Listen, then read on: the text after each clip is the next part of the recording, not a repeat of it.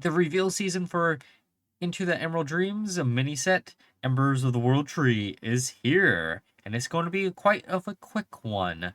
They're revealing all the cards within the last 24 hours, which means it's time for a card review.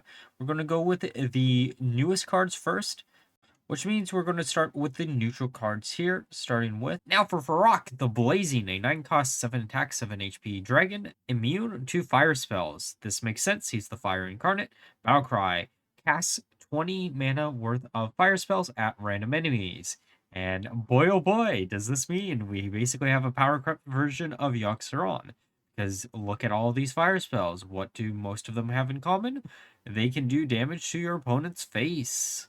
Yes, you heard that right. This should allow you to do an insane amount of damage to your opponent's face, while also allowing you to easily combo this with Champions of Azeroth as a way to get double the battle cry. And I'm curious if Shutter Block will work, because technically Fyrakk isn't the one casting the spells, you are, thus it might actually work. Overall, though, I don't know if this fits in a currently existing deck, but it does have a lot of potential for a brand new style of deck. It's the big payoff that Dragon decks needed, and I can't wait to play around with this card. Tindral Sageswift is the other neutral legendary, a 4-cost minion with 4 attack, 3 HP. Death Rattle, deal 1 damage to all enemies.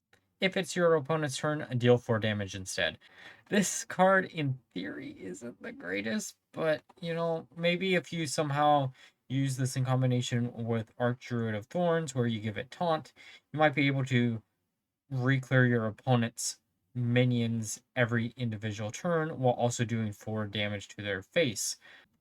Next neutral card is going to be Living Flame, a 2-cost, 2 attack, 2 HP elemental. Death Rattle, draw a fire spell.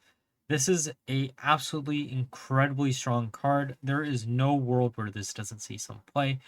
We will be going over some elemental mage support later in this video that also plays into the fire spell school, thus making this a perfect card for that deck. However, this could also be used in Hunter just to have a consistent way to get into Explosive Trap. Lots of possibilities. Zakili Flamemancer is a 6-cost, 4 attack, 4 HP neutral card that has the battle cry. If every card in your hand is of a different cost, reduce their cost by 2. This is such a cool card. I know it probably won't see any type of play just because of how high cost it is and how hard it is to actually set this up, because most of the time it's just going to sit in your hand and do absolutely nothing. Next card is going to be Petal Picker, a 3-cost Draenei with the battle cry. If you've imbued your hero power twice, draw 2 cards. This adds much needed consistency to all of the imbued decks, so there is no way this card doesn't see play. And to my surprise, we actually did manage to get a Draenei in this mini set. Don't expect any more, but you never know. Now for Warlock, starting with Conflagrate, a 1-cost fire spell that deals 5 damage to a minion. Its owner draws a card. And you know what? I am amazed that it took 10 years to get one of the most iconic spells for Destruction Warlock to be made into a card into Hearthstone.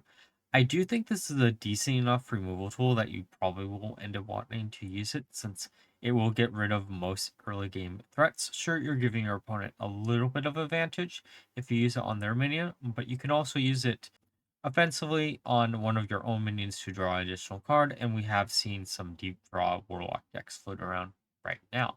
Next card is going to be Shadowflame Stalker, a 4-cost, 4 attack, 3 HP elemental beast. Battlecry, discover a demon with a dark gift, get a copy of it. Interesting. So maybe a dark gift demon list will pop up for Warlock. There's a lot of possibilities. This card also isn't a demon itself, which makes it pretty good that way. You can have some of the other like elemental or beast synergy that also isn't standard. That could make this card a little bit better. There's a lot of possibilities with this. It's just another way to get another dark gift for Wallow, so it's probably decent enough to see play.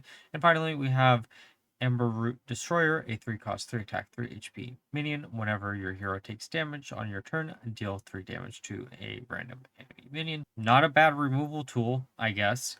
You're not really spamming out a bunch of damage on your own face, but in theory, this could allow you to clear out your opponent's board, and there are ways to heal yourself in Warlock, making this card probably pretty decent. Now for Priest, first card is going to be Light of the New Moon, a 3-cost arcane spell. Give a minion +3/+3, cast 3 spells to return this card to your hand when played. Now this is kind of an interesting card. It is, again, kind of annoying that Priest is getting all these arcane cards, but it fits into the lore of Elune being the moon goddess, and in the Warcraft universe, arcane magic is related to the moon for some weird reason. Overall, while this card is kind of cool, I do think this card does cost a little bit too much to see play. I know you could probably use this in an aggro deck, but I think there's better buffs that you could use instead. Next card is going to be Smoldering Ascent, a 2-cost fire spell. Deal 1 damage to all enemy minions, upgrades each turn, but discards after 3. So it's going to do at max 3 damage. A little bit of an easier condition than Hot Coals to make. However, Hot Coals is another card that does hit your opponent's face, and you do have T as a way for additional removal tools. So I think you'll probably still want to run Hot Coals over something like this. And finally, we have Spirit of the Kaldorei, a 2-cost 1 attack 3 HP undead taunt lifesteal battlecry. If you've used your hero power this turn, gain +2/+2. This does not fix Imbue Priest at all, though I guess it is a well enough statted minion for it to be kinda alright. Alright, now for Warrior. First card is going to be Keeper of the Flame, a 5-cost 5 attack 5 HP minion with battlecry. Give all minions in your hand +3/+3. They are discarded in 30 turns. Now, first thought is you are going to be trying to buff up something like Romosh so it gets to absurd heights. However, the downside with that is it's going to be discarded in 3 turns. Thus, you're going to have to slim it down no matter what within those next 3 turns. However, there is also the other possibility of just using this in a aggro warrior list, but it does not have a tribal tag, which might make it a little bit worse since Menagerie is one of the stronger aggro variants for most classes right now. Now for the next card, which is a Dragon Turtle, a 4-cost 3 attack 6 HP beast dragon. Battlecry if you're holding a minion with a dark gift. Give your hero +3 attack this turn and 6 armor. Honestly, not that bad of a card. There are a bunch of cards that will generate more dark gifts, such as the next card, Shadow Flame Suffusion, a 3-cost fire spell that deals 3 damage, discovers a warrior minion with a dark gift. These 2 cards in combination should give you enough feel for the fire, pun intended, to be able to easily make sure Dragon Turtle is always online. For the DK Legendary, we have a Volcoross, a 8-cost 5 attack 5 HP elemental beast. Rush, Taunt, Battlecry. Choose to spend 10, 20, or 30 corpses. Gain that many stats. Can you say 8 cost 35/35? Charge minion? Huh? There's plenty of dark gift generating cards that can easily give you, in theory, charge for this card, making it quite potent. However, it is based on RNG, though I do want to meme with this probably in the first week. Next card for DK is going to be Frostburn Monarch, a 5-cost 4 attack 4 HP dragon. Battlecry if you're holding a minion with a dark gift, summon 2 4/4 dragons with taunt, and the tokens are going to be looking like this, which is actually pretty cool. Overall, I think this card will see a lot of play. We already are seeing a Menagerie DK list being pretty strong, so this fits perfectly in that deck, adds another tribe to the deck easily, and also allows you to get a little bit more advantage off of the Dark Gift package, such as the next card, which is going to be Cremate, a 3-cost fire spell. Discover a minion with Dark Gift. It costs 2 less. Just a very, very good random generation for DK. Since we already had 1 Dark Gift generating spell for early game, this will be more of a mid-game tool, but you can still get a bunch of advantage since you can always randomly generate more leeches. Now for Shaman, starting with Embers card Whelp, a 3-cost 3 attack 2 HP dragon. Battlecry, discover a 5-cost card, gain 1 mana crystal next turn only. For Shaman in particular, these are all the 5-cost cards you can randomly generate off of this from the class itself, most of which aren't really that strong. However, the one bonus mana effect could be good. The neutral cards, however, include things like Ancient of Yore, which is actually pretty decent, and might make the card more playable, though I do kind of doubt it, since there isn't anything that really sticks out too much out of these pools. The next card is going to be Flames of the Fire Lord, a 2-cost fire spell that deals 4 damage to a random enemy minion. If you're holding a card that costs 8 or more, deal 8 instead. Because this can only hit opponent's minions and is a random effect, I don't see a world where this sees play. Shaman has access to better removal tools than a card like this. And finally, we have Avatar of Destruction, a 9-cost, 9-attack, 9 HP elemental, taunt, death rattle, deal 9 damage to all enemies. This could be a Methendra enabler. The 6-cost legendary from the main set that resurrects all 8 or higher cost minions that have been destroyed. And this is an easy way to clear out most opponent's board. So in theory, in combination with something like Cliff Dive, where you could use it as a earlier removal tool, I could see this maybe seeing some play in some weird, funky Cliff Dive Resurrection Shaman list. Now let's go on to Demon Hunter. The first one is going to be Sigil of Cinder, a 2-cost spell that at the start of your next turn deals 6 damage randomly split up among all enemies. This is going to be an interesting card for maybe like an aggro Demon Hunter list where you're going to try to flood the board with a bunch of minions, and if your opponent deals with all those minions, then if they have an empty board, they're going to end up taking 6 damage to their face, which could actually just end the game right there. Overall, while this is a decent card, it is probably not as good as this other Fel support card. Scorched Reaver, a 4-cost, 4-attack, 4 HP minion. With the battle cry, discover a Fel spell. Reduce the cost of Fel spells in your hand by 1. This card has a lot of potential when it comes to Fel support. However, in Standard right now, there are only 8 Fel spells, including the Sigil that we just went over. I could easily see them printing more support cards, including this final card, which is a 2-cost elemental with 2 attack, 3 HP. Fire Blaze. After you cast a Fel spell, destroy this and deal 2 damage to all enemies. This could make Immolation Aura a little bit better as a AoE removal tool while also doing 2 damage to your opponent's face. It could also just be a decent statted minion for you to want to use anyways in a aggro deck that uses a few Fel spells as a way to finish off your opponent. Now for Paladin, the first card is going to be Ashleaf Pixie, a 2-cost, 2 HP, 3 attack minion with the battle cry. If you're holding a spell that costs 5 or more, gain Divine Shield and Lifesteal.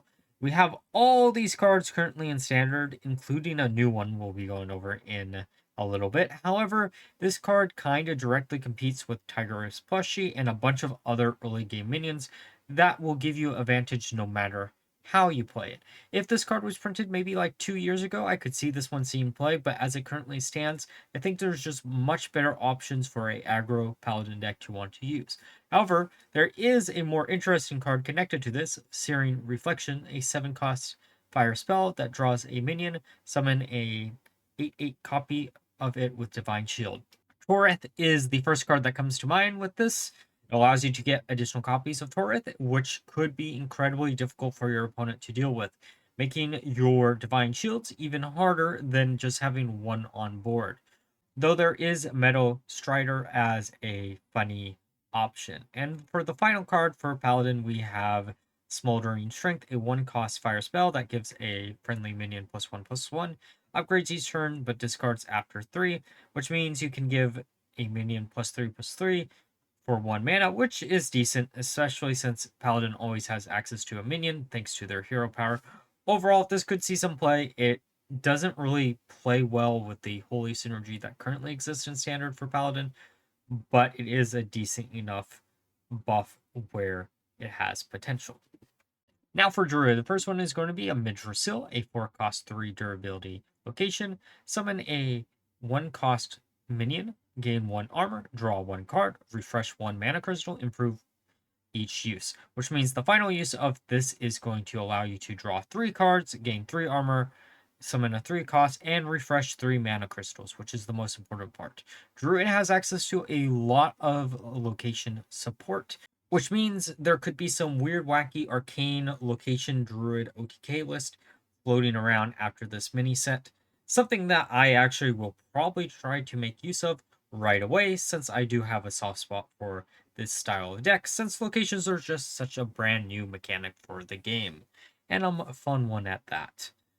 But for the other 2 cards for Druid, the first one is going to be Overheat, a 3 cost fire spell. Give your minions +1/+1, discard a random nature spell to give them +1/+1 more. Now, this in combination with Groove Shaper, hey, we finally have an AoE board buff that we can use for it. However, because it is a fire spell, you won't be able to go infinite with that and the treants that you'll be spawning off of Groove Shaper, making this card a lot worse than any other time this could have been printed. All they really needed to do is change the tag from fire to nature, and it would have probably been pretty good. The final Druid card is going to be Charred Chameleon, a 1 cost 1 attack, 2 HP beast. Valkyrie, if you use your hero power this turn, give a friendly minion +1/+2 and rush. This fixes the issues with Imbue Druid, allowing you to use your big dudes to slam into your opponent's minions to allow yourself to protect yourself. Now for Rogue, first card is going to be Ever Burning Phoenix, a 4 cost to attack, 2 HP elemental, cost 1 less for each card you've played this turn. Death Rattle, return this to your hand. Now it is worth mentioning in Standard, this probably does absolutely nothing. However, in Wild, there is a infinite loop for this. This plus Knife Juggler and Umbra will allow you to essentially have infinite damage as long as you have time in the turn timer. And as someone who doesn't really play Wild, let me know down below if you think this would actually make a meta deck in Wild, because I honestly don't know, since I don't really play the game mode. Smoke Bomb is the next card for Rogue, which is a fire spell that costs 2. Discover a combo Battlecry or Stealth minion with Dark Gift. This should be pretty decent for like a value Rogue deck that we've already seen crop up over the last week or so. So I could see this one easily seeing play, easily discountable off of Preparation 2, just so you can get some curve that way. A lot of potential for this card. And then finally, we have Cinder Sword, a 1 cost, 1 attack, 2 durability weapon. Battlecry, if you're holding a minion with a Dark Gift, gain +3 attack. There are enough Dark Gift minions or spells in the early game to make this card online most of the time. However, it is a pretty bad turn 1 play. Now for Hunter, starting off with Magma Hound, aka Grunter Hound, a 8 cost 5 attack, 8 HP elemental beast. Rush. After this attacks a minion and survives, deal this minion's attack split among all enemies. This is what I mean. It's just worse on Grunt, but in a brand new form that is much easier to buff up than ever before. Now, do I think this is going to be better than buffing up a King Plush to infinity? No. But I do think there is a possibility of this card being pretty strong, depending on how you want to build a more budget-friendly version of Imbue Hunter. And speaking of Imbue Hunter support, we have Tending Dragonkin, a 3 cost, 3 attack, 2 HP dragon. Valkyrie, copy the lowest cost beast in your hand. Essentially, if you discount a King Plush down to 0, you'll be able to get additional copies of King Plush and easily be able to cut out things like Youthful Brewmaster for some additional menagerie support instead. So I could see this one seeing a lot of play. And finally, for Hunter, we have Bursting Shot, a 2 cost fire spell that deals 2 damage to 3 random enemies. Decent enough card. I don't know if it's strong enough to see too much play. Now for Mage, starting with Scorching Winds, a 3 cost fire spell that deals 3 damage. Discard a random fire spell to deal 3 more. This is a power creep version of Fireball, one of the Hearthstone's oldest direct damaging spells. However, this is a little bit more conditional, and since Fireball doesn't currently see play, this one might not. However, it is worth mentioning Mage does have a lot of ways to get additional fire spells, so this is a card that could easily see some play if we see Fire Mage come back to life, given the next card, which is Smoldering Grove, a 2 cost fire spell. Draw 1 card, upgrade each turn, discard after 3. Again, another power crept version of a classic Hearthstone Mage card, but with the fire tag on it instead, thus making a Fire Elemental deck a lot stronger than it currently was, since it was missing a little bit draw power to push it over the curve. And finally, we have Infernal Herald, a 4-cost elemental with 3 attack, 6 HP. After you cast a fire spell, get a random elemental and reduce its cost by 3. There's enough. The pool of elementals is small enough where a card like this should be pretty consistent at getting you something really powerful. It might even just get you a 0-cost minion to slam down right afterwards. And since there are a lot of ways to discount fire spells in Mage, you're going to have a much easier time to get a lot of advantage off of this card. I really don't see a world where Elemental Mage isn't playable. Alright, so those are all the cards for Into the Emerald Dreams mini set. Let me know down below what cards you're most interested in playing around with. Fyrakk honestly lives up to the character, and I can't wait to do something with him, but the Volcoross card could also be a lot of fun with some type of Dark Gift DK list. Like always, if you enjoyed the video, please like, comment, subscribe, and until next time, bye-bye.